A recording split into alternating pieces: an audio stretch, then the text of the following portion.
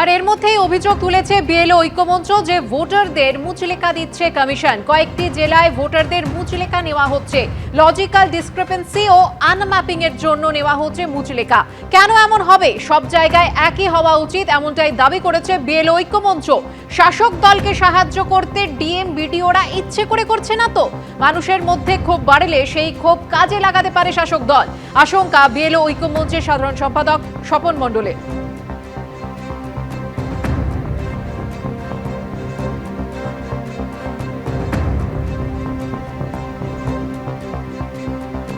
Logical discrepancy এবং আনম্যাপিংয়ের জন্য যারা হিয়ারিংয়ে ডাক পেয়েছেন সেই সব ভোটারদের বা ইলেক্টরদের একটা করে আন্ডারটেকিং দিতে হচ্ছে। এখন সমস্যাটা হচ্ছে যে সব জেলাতে এটা হচ্ছে না, কিন্তু বিভিন্ন জেলাতে বিভিন্ন রকমের নিয়ম করেছে।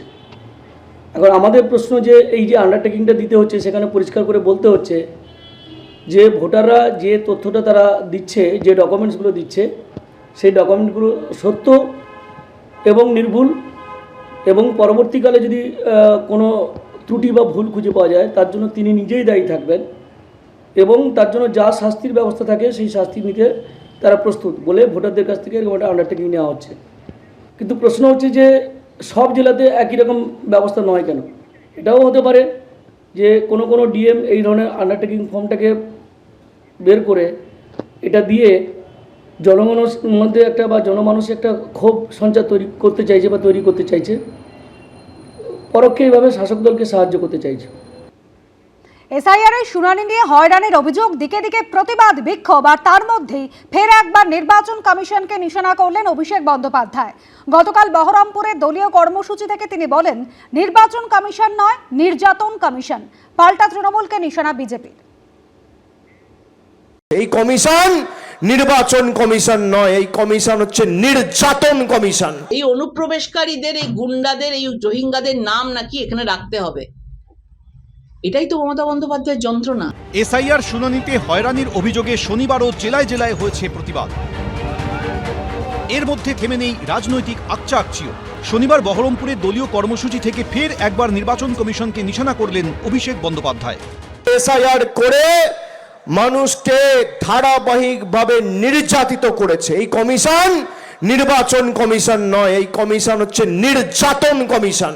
অপরিকল্পিত এসআইআর এর কারণে আজকে 2 মাসের মধ্যে প্রায় 84 জন মানুষ মারা গেছে, 116টা আত্মঘাতীর ঘটনা ঘটেছে।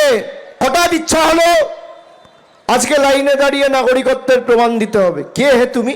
তোমাকে নাগরিকত্বের প্রমাণ দেবে?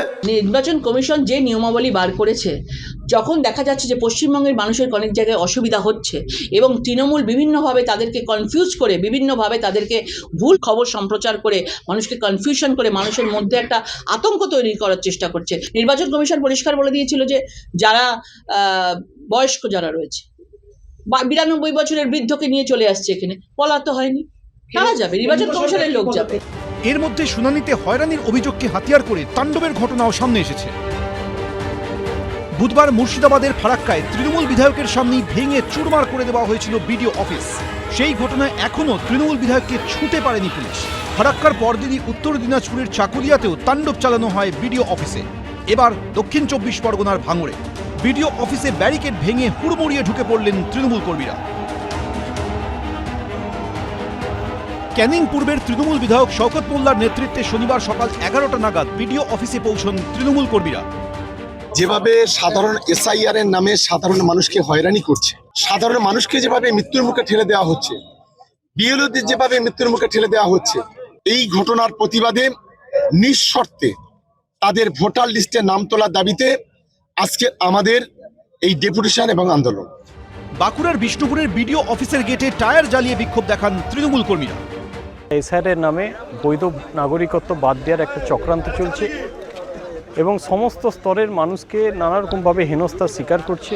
তৃণমূল কংগ্রেস চিরজীবন মানুষের পাশে সাথে থেকে লড়াই করে এসছে এবং আজও মানুষের স্বার্থে রাস্তায় নেমে আন্দোলন এবং প্রতিবাদ করছে। পশ্চিমবঙ্গের এই যে শাসন রয়েছে তা 26-এর ভোটে চলে যাবে যদি সঠিকভাবে এসআইআর হয়। যার জন্য এসআইআর পদ্ধতিতে সঠিকভাবে না হয় তার জন্য এদেরকে ধমকানো চমকানোর একটা ব্যবস্থা করেছেন। বর্তমানে আবার ফর্ম 7 নিয়ে সংঘাতে পুলিশের গলা টিপে ধরেন বিজেপি কর্মী। রঞ্জিত হালদার, শান্তনু নস্কর, রঞ্জিত সাউ, এবিপি আনন্দ। এসআইআর এর শুনানিতে হয়রানির অভিযোগে উত্তর 24 পরগনা ও পূর্ব বর্ধমানে রাস্তায় টায়ার জ্বালিয়ে বিক্ষোভ দেখান ভোটারদের একাংশ। কোচবিহারের শীতলকুচিতে বিএলওর বাড়ির সামনে বিক্ষোভ দেখান গ্রামবাসীরা। এসআইআর শুনানিতে হয়রানির অভিযোগে জেলায় জেলায় চলছে বিক্ষোভ। শনিবারও পূর্ব বর্ধমানের মঙ্গলকোটের কুলসোনা গ্রামে রাজ্য সড়ক অবরোধ করে বিক্ষোভ দেখান ভোটারদের একাংশ।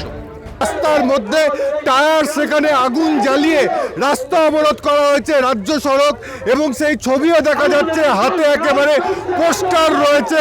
12টা 1টা পর্যন্ত এই গ্রামের মানুষকে বিডিও অফিসে দাঁড় করিয়ে রাখা হচ্ছে। সাধারণ আমাদের গ্রামে প্রায় 5000 ভোটার, তার মধ্যে 2-3টে বুথে অলরেডি 1700+ হিয়ারিং চলে এসছে। 80 বছর বয়সের লোককে শুনানি নোটিশ দিয়েছে, তাদের বাড়ি আসতে রাত 12টা 1টা আছে। শুনানিতে ভোগান্তির হাত থেকে রেহাই পাচ্ছেন না বিশেষভাবে সক্ষমরাও। আমাদের 6 ভাই 3 বোন, 9টা হয়েছে বলে ওই কারণে আমাদের ঘর কাগজ ফিরিয়ে দিয়েছে। আমাকে আজ যেতে হবে কষ্ট করে। একবার গিয়েছি, লাইন বই লাইন, রাত 12টা পর্যন্ত লাইন আছে, সেই লাইনে আমি দাঁড়িয়ে থাকতে পারি না। শনিবার বিক্ষোভে উত্তপ্ত হয়ে ওঠে মঙ্গলকোটের মাথরুন গ্রাম। আমডাঙ্গার জাতীয় সড়কেও টায়ার জ্বালিয়ে বিক্ষোভ দেখান ক্ষুব্ধ ভোটারদের একাংশ। এসআইআর এর শুনানিতে হয়রানির অভিযোগে কোচবিহারের শীতলকুচি বিধানসভার 262 নম্বর বুথে বিএলও মৌসুমী খাতুনের বাড়ির সামনে লাঠি হাতে বিক্ষোভ দেখান গ্রামবাসীদের একাংশ।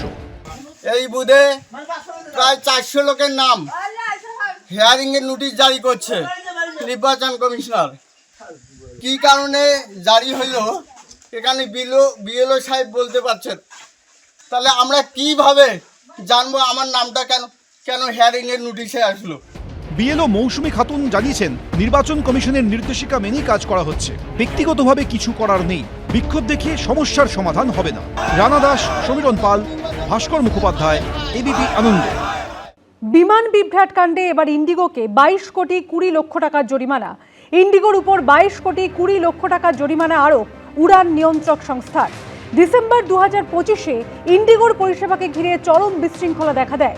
সব মিলিয়ে 2507টি বিমানের উড়ান বাতিল করা হয়। বাতিলের পাশাপাশি দেরিতে ওড়ে 1852টি বিমান।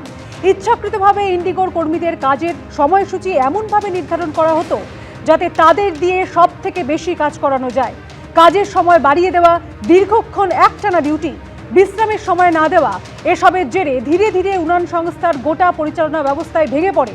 জরিমানার পাশাপাশি সতর্ক করা হয়েছে সংস্থার সিইও ও সিওকে। বিমান বিভ্রাট কাণ্ডে এবার ইন্ডিগোকে 22 কোটি 20 লক্ষ টাকার জরিমানা।